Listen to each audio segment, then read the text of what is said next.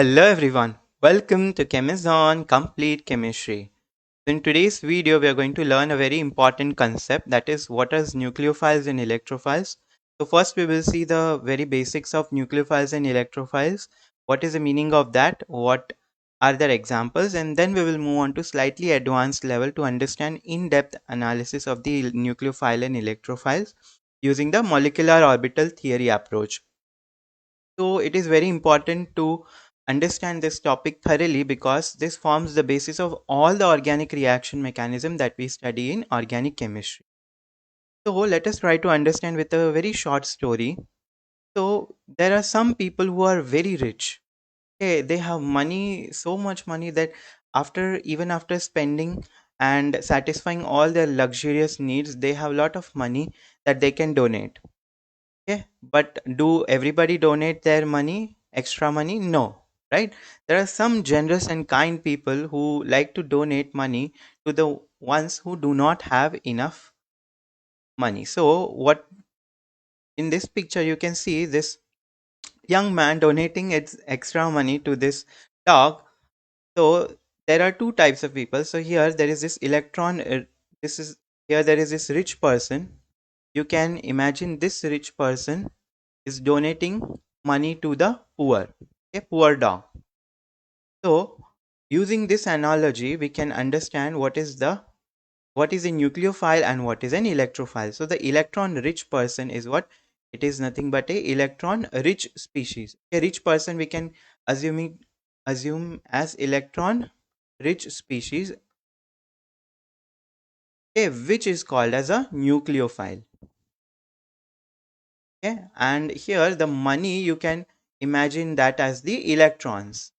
Okay, the organic species that have more electron, that is electron rich, and that is nucleo means nucleus. Okay, it is nucleus loving. Phile means love. Okay, so nucleophile is a species which is electron rich. You can represent nucleophile as like this, Nu minus.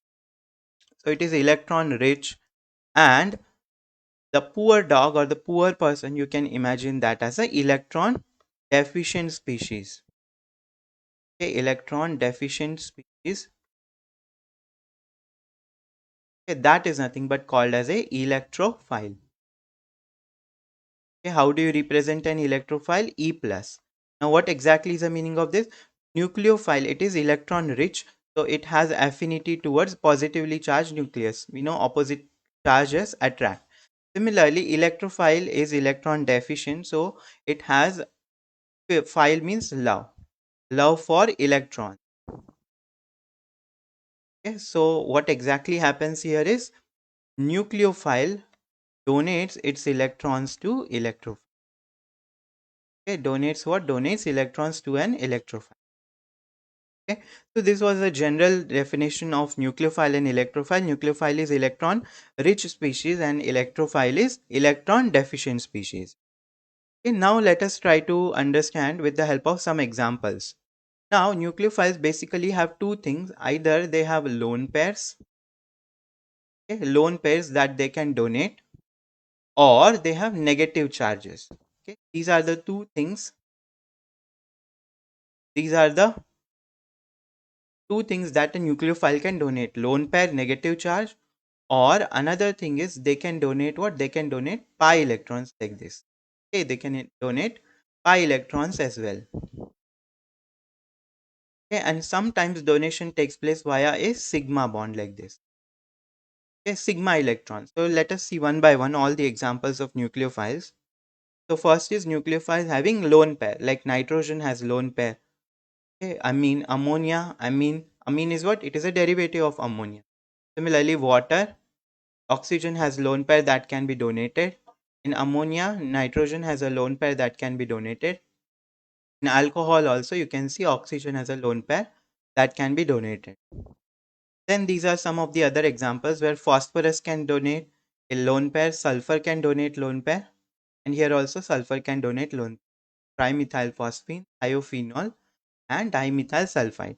So these were the nucleophiles with lone pair. There are some nucleophiles which have what? They can donate via negative charge. They have negative charge. For example, this oxygen it has 3 lone pairs, so it has got a negative charge. Around oxygen, there are total of 7 electrons. 1 electron is extra. Lone valence electrons of oxygen is how much? 6. Here there are 7 electrons, so a negative charge. So in OH minus, this oxygen negative charge can be donated. Similarly, bromine negative charge can be donated, and cyanide can also donate electrons. Okay, so these are some of the examples with nucleophiles having negative charge. Now let us see some of the examples of nucleophiles with a double bond. What is the example? Alkene. Okay, alkene. Let's say I take this example. Okay, here which electrons can be donated? Here pi electrons can be donated. Okay, so pi bond can also act as a electron rich center. Okay, then there are some of the nucleophiles which can donate via sigma bond. For example, methyl lithium. Okay, CH3Li. We know lithium is more electropositive, so positive charge, and then CH3 minus. So this methyl lithium can donate via which bond? Via this bond. Carbon lithium bond electrons can be donated. This is what donation via a sigma bond. Another example is borohydride ion, right? This is present in what? Let's say for example is sodium borohydride, or there is lithium aluminum hydride. AlH4 minus can also act as a nucleophile. Here we know what is the donor. Donor is a hydride ion, H minus, right? Similarly, in aluminum hydride as well, aluminum has negative charge. Okay, like this. So here also this can donate via hydride ion. Okay, boron and aluminum, we know they belong to the same group, that is group 13, so they show similar properties.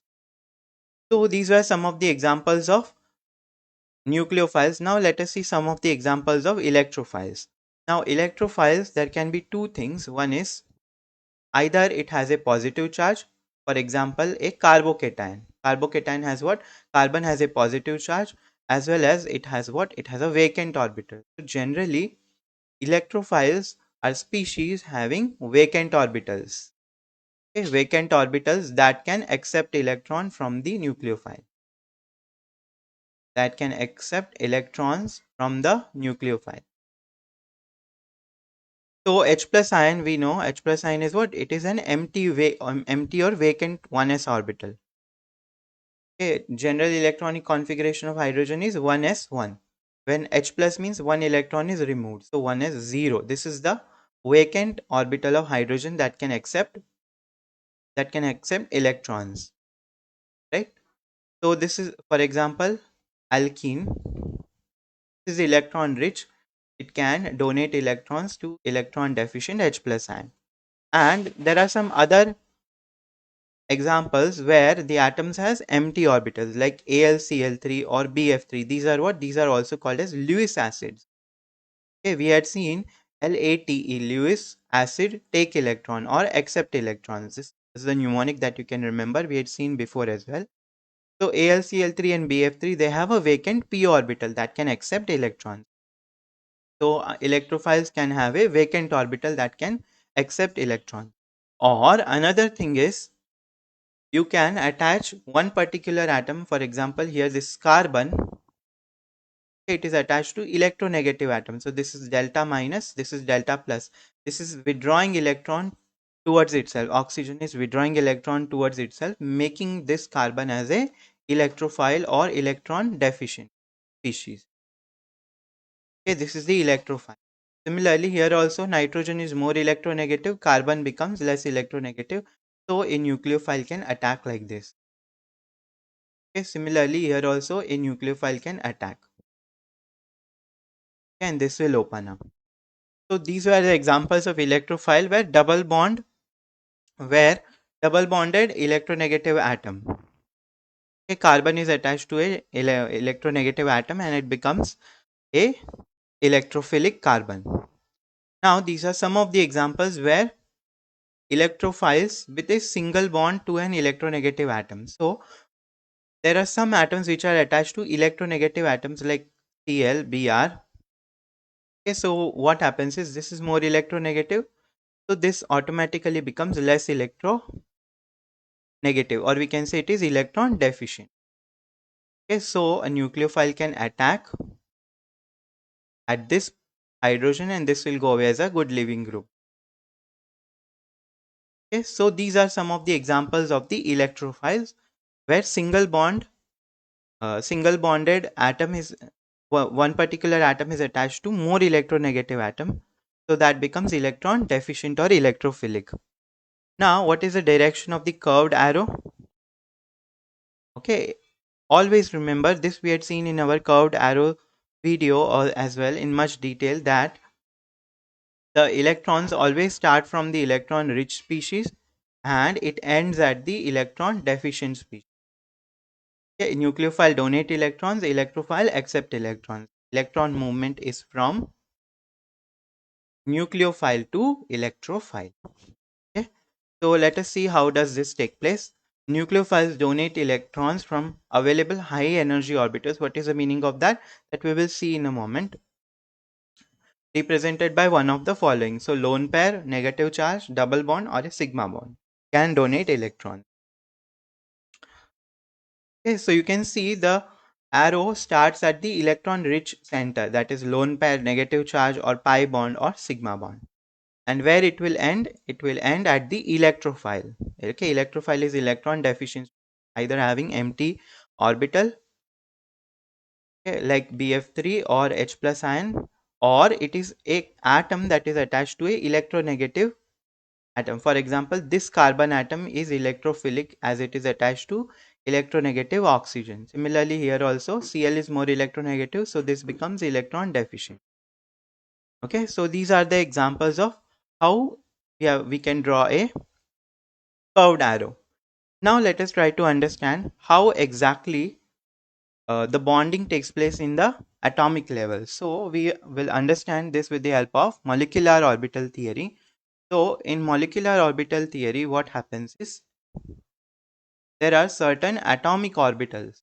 Okay, we will see what is an atomic orbital. I'm just writing the statement now. Atomic orbitals combine, okay, to form new molecular orbitals. Okay, molecular orbitals are orbitals that are formed by combination of the atomic orbitals. Now all the atomic orbitals can combine? No. There are two conditions. One is that the atomic orbitals, okay, atomic orbitals must have similar energy. Okay, the energy of the orbitals must be either same or there should be very less difference. Okay, this is the first condition. Second condition is that the atomic orbitals must have proper orientation. Okay, atomic orbitals must have proper orientation or direction of the orbitals, proper orientation in space. Okay, this combining of atomic orbitals is nothing but called as LCAO, that is linear combination of atomic orbitals. Okay, we'll see in a moment what is the meaning of this. I hope you have understood these two things. One is it should have similar energy. For example, let's say I combine two 1s orbitals. Okay, 1s orbitals both are same. So their energy is what? Energy levels will be same. And since they are same orbitals, they will have proper orientation. Okay, for the overlap, these atomic orbitals will overlap and there will be formation of new molecular orbitals. Okay, and one more very important thing it is that the number of molecular orbitals formed, MOS means molecular orbitals formed, is same as that of the number of atomic orbitals that combine. Number of atomic orbitals that combine together form a bond. Okay, so this was a short introduction about molecular orbital theory, but now let us try to understand what exactly does this mean. So atomic orbital, what is the definition of an atomic orbital? Atomic orbital is a region around the nucleus and around the nucleus of an atom where the probability or possibility of finding electron is maximum. Probability of finding an electron is maximum. Okay, what is the meaning of this? That will see now. So it is a region around the nucleus where the probability of finding the electron is maximum. So here you can see this is the probability distribution of electron in 1s orbital. Where do we get this? We get this from the quantum chemistry. Okay. When you solve the wave function of the hydrogen atom, you get this plot. So you can see, suppose this is the center nucleus of the atom.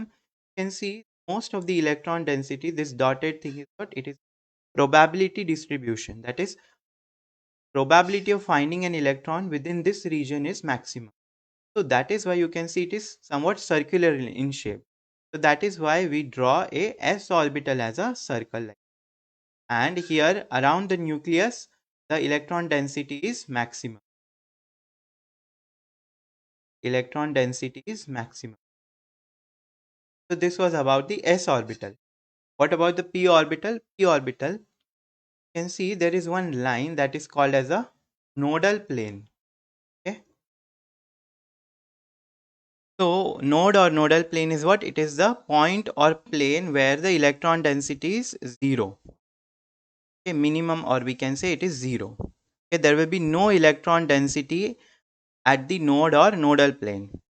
So here you can see this shape, you can see of the electron distribution. It is like two lobes, and in between there is 0 electron density. That is nothing but the nucleus of the atom.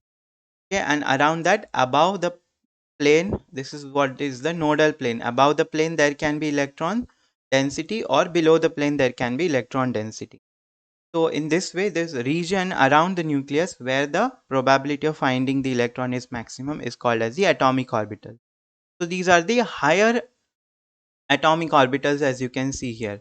So this is what N, L and M. Okay, these brackets represent principal quantum number, azimuthal quantum number and magnetic quantum number. So this is which orbital? For example, this is 2, N, then 0 means 0, 1, 2, 3, L values and orbital.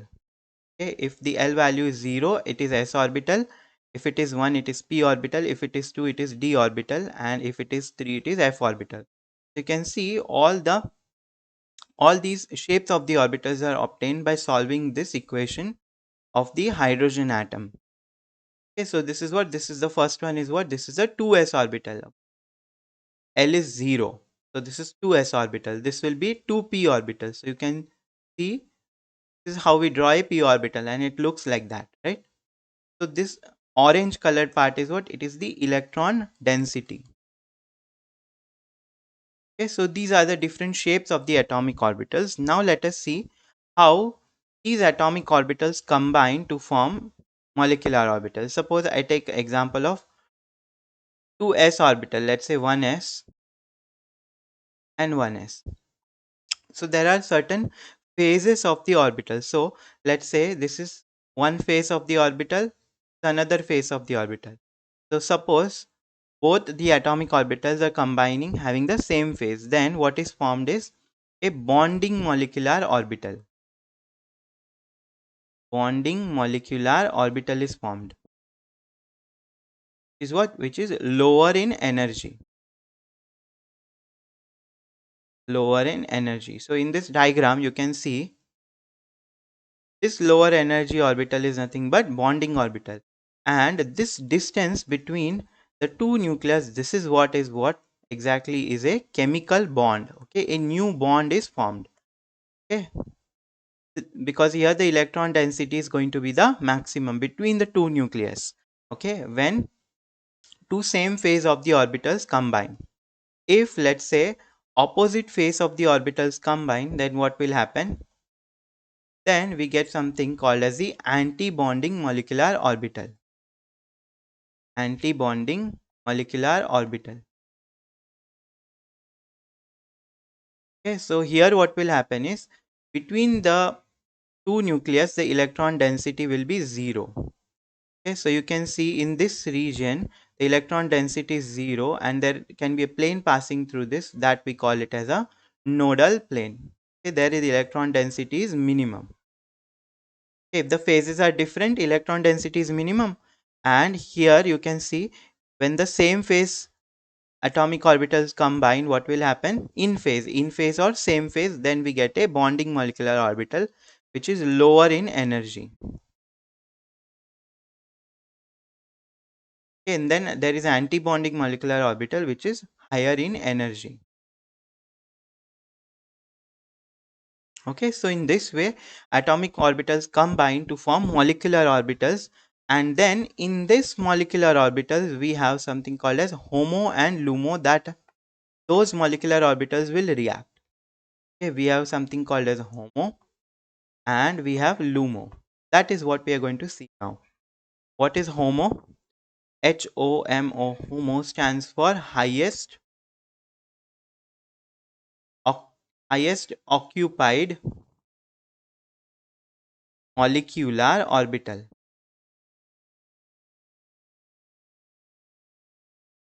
And what is LUMO? LUMO is lowest unoccupied molecular orbital. Molecular orbital. So how do you identify this HOMO and LUMO? Suppose I draw, okay, this is the level of the atomic orbitals. This is the energy of the atomic orbitals. Atomic orbitals. Okay, that is this energy level is what I'm talking about. Okay, this which I'm showing by a dotted line. Okay, if at this energy level some orbital is present, that we call it as a non-bonding molecular orbital, that does not participate in bonding. Non-bonding molecular orbital, that is mostly lone pairs. Okay, so this is the energy level of the atomic orbitals. All the orbitals below this that are lower in energy, they are what? They are bonding molecular orbitals.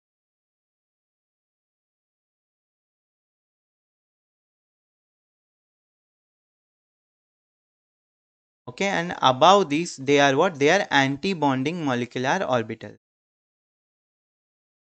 Anti-bonding molecular orbitals.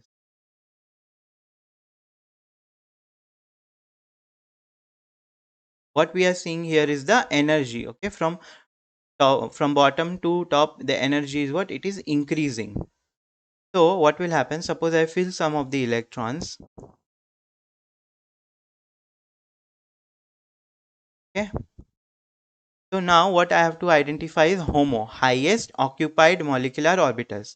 Occupied means filled with electrons. So first what we will check is how many orbitals are filled with electrons. So you can see all these orbitals are filled with electrons. And highest occupied, occupied means the molecular orbital which is occupied, that is filled with electrons and with the highest energy. Okay, so which will be HOMO here? You can see all these are occupied or filled orbitals. So one with the highest energy is this one. So this is our HOMO.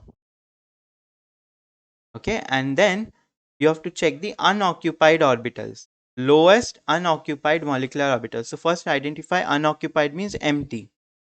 Empty or vacant molecular orbitals. So all these are vacant. You can see there are no electrons. One with the lowest energy is this one. This is called as a LUMO. Okay, so why we did this exercise of finding the HOMO and LUMO is nucleophile. Okay, there is HOMO.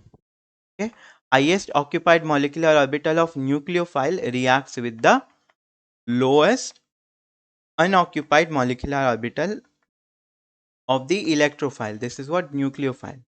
So this is the basic concept, that the HOMO of the nucleophile reacts with with the electrophile LUMO of the electrophile. Okay, HOMO of the nucleophile reacts with the LUMO of the electrophile. So let us see how that takes place. So as we had identified, here also they have done the same exercise. Okay, these are the vacant orbitals. This is the one with the lowest energy. So this is what? This is the LUMO, lowest unoccupied molecular orbital. And for the nucleophile, these are the filled orbitals. Okay, these are the filled orbitals, and this is the one with the highest energy. Highest means highest energy, lowest here in LUMO means lowest energy. So this is the HOMO. So you can see these two are the atomic orbitals. Okay, atomic orbitals, and these atomic these are the molecular orbitals. Okay, these molecular orbitals undergo linear atomic LCAO, that is linear combination, to form what? To form two orbitals. One is lower energy bonding molecular orbital and another is higher energy anti-bonding molecular orbital. So in this way, HOMO of the nucleophile reacts with the LUMO of the electrophile. So now let us try to understand this with the help of an example. So in ammonia, you can see what is the HOMO or highest occupied molecular orbital. It is the non-bonding. Non-bonding means the lone pair. Lone pair sp3 orbital, that is this one which is shown in green. This will react with the sigma star. Okay, sigma star is the anti-bonding. Star means anti-bonding orbital, anti-bonding molecular orbital. So what happens is the lone pair of ammonia, that is the HOMO, will react with the LUMO, that is sigma star of the LUMO.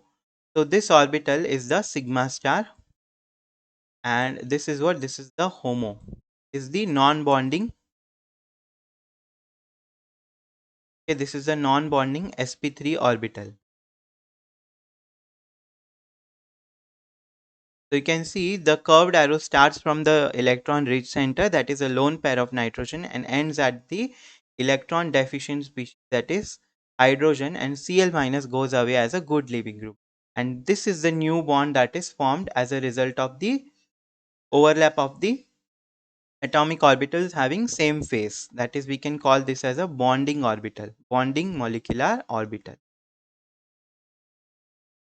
So I hope you have understood all the concepts of what basically is an electrophile, nucleophile, examples of electrophile, nucleophile, and the molecular orbital theory approach of nucleophile and electrophile.